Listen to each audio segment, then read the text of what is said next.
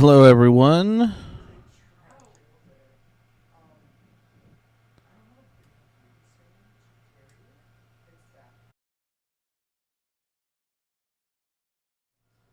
Hello, everyone. There we go. Dealing with some technical issues off the bat there. I hope everyone is having a nice Thursday morning. Meteorologist Bill Rentschler in the 1011 Now streaming studio. Again, coming to you with a live daily forecast update. Looking at, state headlines, again, local headlines, regional headlines, as well as some national headlines on kind of what you need to know with the forecast. And again, this morning, kind of like what we've had a lot this week, dealing with a bit of a cloudy start. There is a little bit of rain out there that we'll talk about here in just a minute, but I think for the most part, another quiet day expected across much of the coverage area today.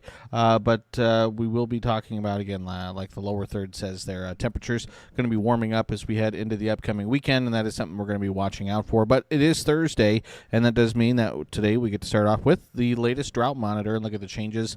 And again, unfortunately, more bad news. This has been the trend over the past few weeks here as we've continued to see drought conditions expand across the state, and that has continued this week. So this is a look at the drought monitor that we had released on Thursday of last week on the 15th of August. And again, it had showed some expansion of not only abnormally dry conditions, but of moderate drought conditions, especially into the southeastern corner of the state. Some of those abnormally dry conditions have crept into the southern part of Lancaster County, have some severe drought that's currently on the board across parts of the Panhandle. So that was last week. What about this week? Again, this now is the latest drought monitor that was released, and unfortunately, we continue to see expansion of those drought conditions. Really quickly, I'm going to punch up. This is the change map. So again, those areas in yellow are the areas that we've seen drought get at least one class worse. So again, you can see across much of southeastern Nebraska and east central parts of the state where we're now introducing some drought across the north central sections of the state, as well as across parts of the Sandhills. And again, one class getting worse, abnormally dry to moderate drought conditions across parts of the Panhandle out near Chadron and Alliance. We did see some improvement, though, some reduction in drought across parts of southeastern Nebraska, so that is some good news there. But again, this is the latest drought monitor release. Now have moderate drought as well as some severe drought conditions into parts of southeastern Nebraska. Some of those moderate drought conditions also beginning to creep into extreme southern Lancaster County.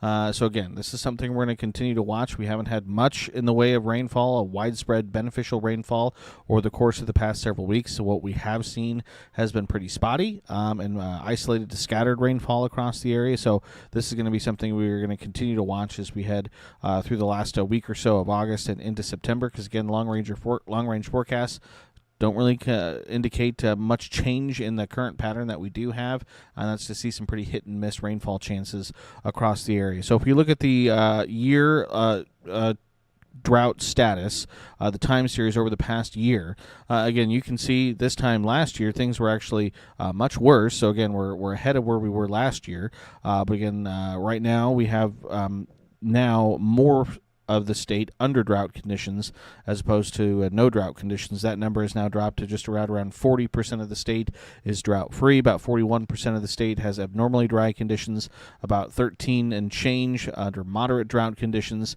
and almost 6% under severe drought. So again, that the abnormally dry conditions, that's as high as it's been. You have to go back to probably September, October of last year to see a number that high. So again, things have kind of been getting worse here over the past several weeks as we're getting ready to kind of finish the meteorological summer season, which again is not entirely unexpected. Again, gets hot and dry in late summer. I think everyone knows that, but again, we do still need some of that moisture. So let's look at the state drought status over the course of the last year. If you look at the national drought monitor, again, we've talked about this the last couple weeks that we've looked at this, couple problem spots that we're continuing to keep an eye on. One of them is across southwest Texas, down near El Paso, where they have some extreme and exceptional drought. Also have some extreme and exceptional drought across parts of western Montana. And then we also have a pretty dry spot there kind of across West Virginia into parts of southeast Ohio. So again, those are areas that we will continue to watch. But again, across the plains, we continue to see some of the expansion of moderate to severe drought conditions. If you look at the change map nationally, Again, those areas in yellow are the areas that we've seen drought get worse. The areas in green, which we do see some of that across parts of Kansas, Oklahoma, Missouri, some spots there across Colorado. There are some spots that have seen things improve over the course of the past week. But again, for the most part, I would say it's more of drought getting worse than drought getting better across the country and across the state. So if you look at the again, same graphic. This is drought over the course of the last year, but again, this is looking nationally. Again, if you go back to probably early June or so, that's probably when we were at our best in terms of drought status across the country, and things just have kind of been slowly ticking up from there. So again, have about 44% of the country that's currently drought-free, and so that means we have about 56% of the country that are under some sort of drought conditions. Thankfully, again, still extremely small percentage under what we would really consider to be the worst drought conditions. Again, extreme or exceptional drought continues to be less than 2% of the United States. So that is some good news. Right now in Lincoln, though, again, getting to the current conditions, as I mentioned, we do have a little bit of rain out there, but it's kind of falling apart as it moves into the southeastern corner of the state. So we may see a sprinkler or two in Lincoln, but again, right now we're just dealing with the overcast and cloudy conditions in the capital city. A couple minutes past 9 o'clock, 66 at the airport, 64 at the studio. Dew points that were comfortable, so a pretty comfortable start to our morning. They're down into the middle 50s. It is a little bit on the breezy side, though, this morning. Southeast wind is gusting up to around 24 miles an hour. Statewide, temperatures running the range anywhere from the low 60s to the middle 70s. Valentine right now is the warm spot there at 75 degrees. Those showers and thunderstorms that we have seen have been most prominent where we see some of those higher dew points into the lower to middle 60s as some of that rain has pushed to the east into parts of eastern Nebraska, running into some of that drier air. That's why those showers are kind of just falling apart just a little bit. Winds are generally out of the south or southeast at around 8 to 18 miles an hour. We have seen some of those stronger gusts between 20 and 30 miles an hour. I think we'll continue to see that as we head through the day today. Satellite radar picture, again, you can see there was a little bit of a cluster of thunderstorms that pushed across, again, western and southwestern Nebraska late last night and into the overnight hours, and that rain has tried to slide into eastern Nebraska, but like I mentioned, as it's pushed to the east, it's just kind of fallen apart just a little bit. If we look at the observed precipitation over the course of the last 24 hours across the state. Again, there were some areas that at least picked up at least a little bit of moisture, obviously here in Lincoln, and for much of southeastern Nebraska, we really haven't seen much. If anything, North Platte picking up around 3/4 of an inch of rainfall. Lexington, 83/100, Holdrich, around 4/10. Just over half an inch in Ogallala, around 1/3 of an inch in Imperial. Also, obviously, a little bit there in McCook, but their sensor is currently offline. So, again, a little bit of moisture out there, again, to start our morning, kind of similar to what we've seen the past few mornings here in Lincoln. Again, there's still a little bit on the board just to our west. Again, it's generally diving kind of off to the east and southeast. So we might see a sprinkle or two, but I generally think we're going to be staying dry as we head through the morning. Again, some of that dry air at the surface.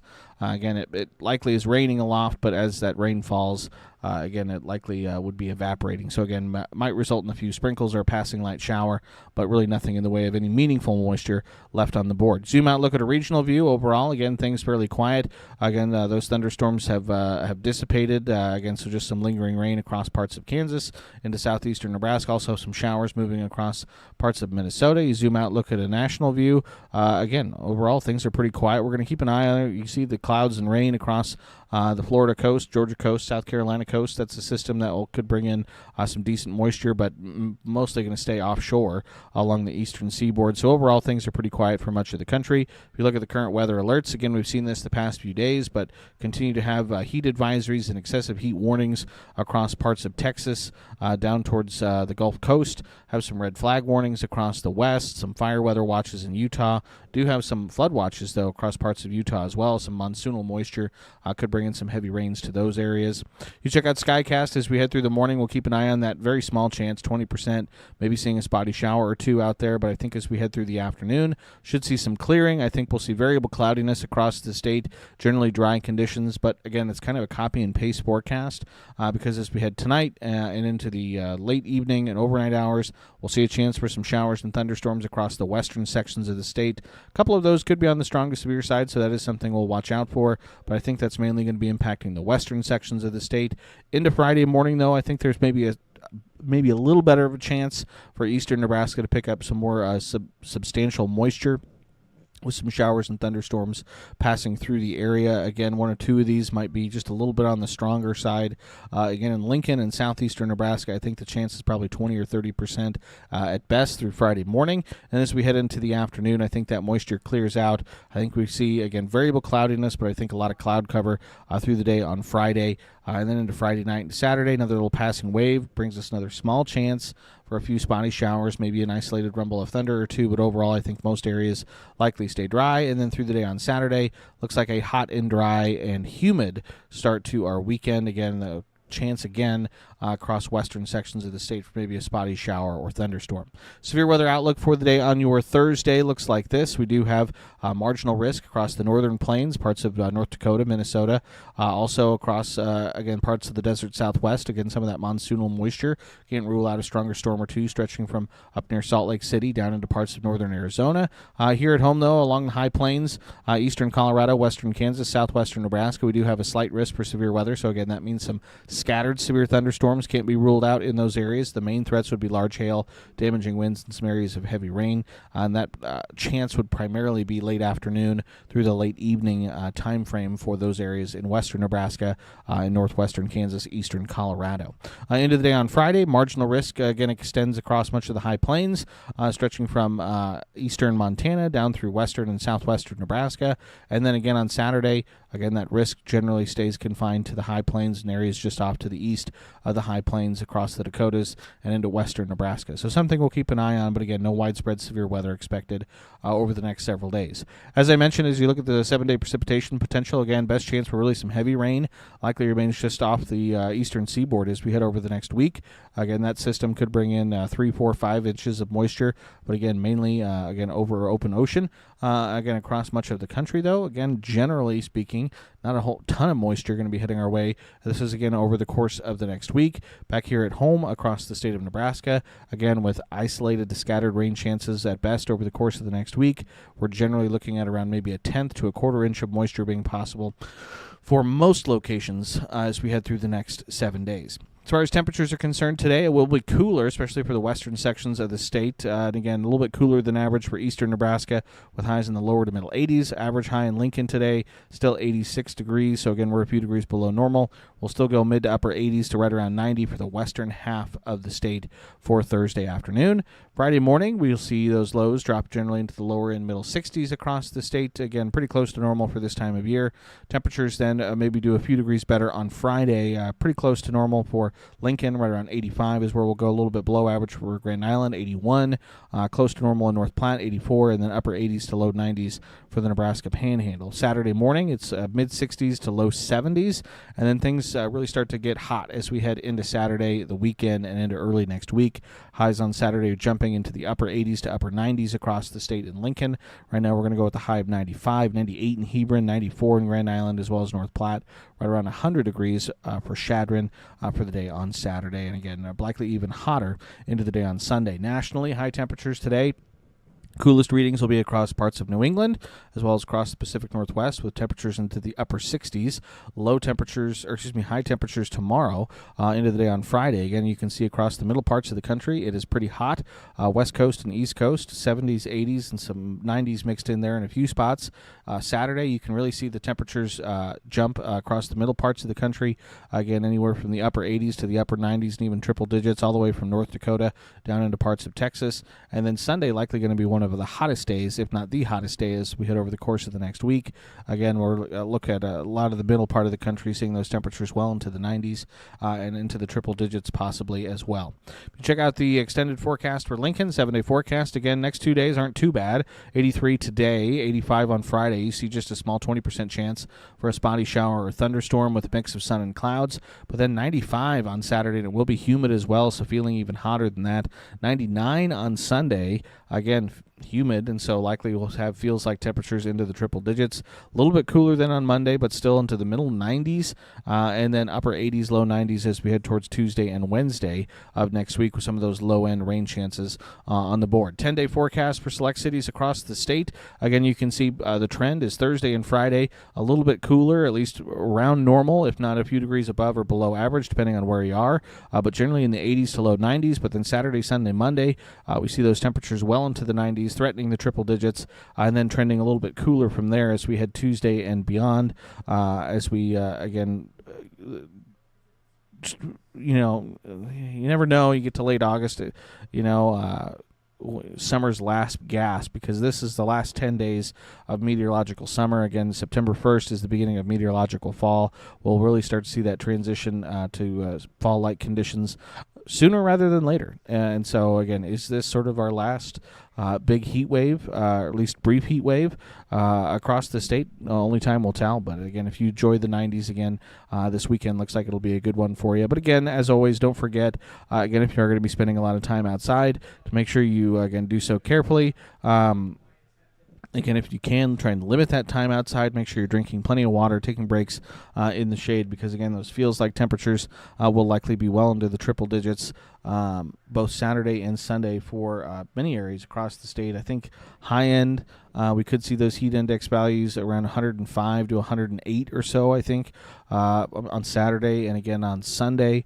So, again, take those breaks inside, take some breaks in the air conditioning, and just, pace yourself a little bit if you're going to be spending any time outside. So I just want you to take care of yourself, take care of your kids, take care of your neighbors, your elderly neighbors especially, take care of your pets. Never leave anyone in a locked vehicle when it gets that hot for any amount of time. Again, it can just be very dangerous, very deadly. Again, unfortunately, heat stroke and death can happen pretty quickly, and unfortunately, we see it every year where that does happen. So, let's look at your forecast. It should be a pretty nice day today for your Thursday, though. Friday doesn't look too bad either, but again, turning hot and turning humid as we head into the upcoming weekend. So appreciate everyone for tuning in and watching again. As always, this is something we try and do most every morning, Monday through Thursday, right around 9 o'clock, just a little daily weather forecast update. Spend some time doing a deep dive into, again, some local headlines, regional headlines, national headlines.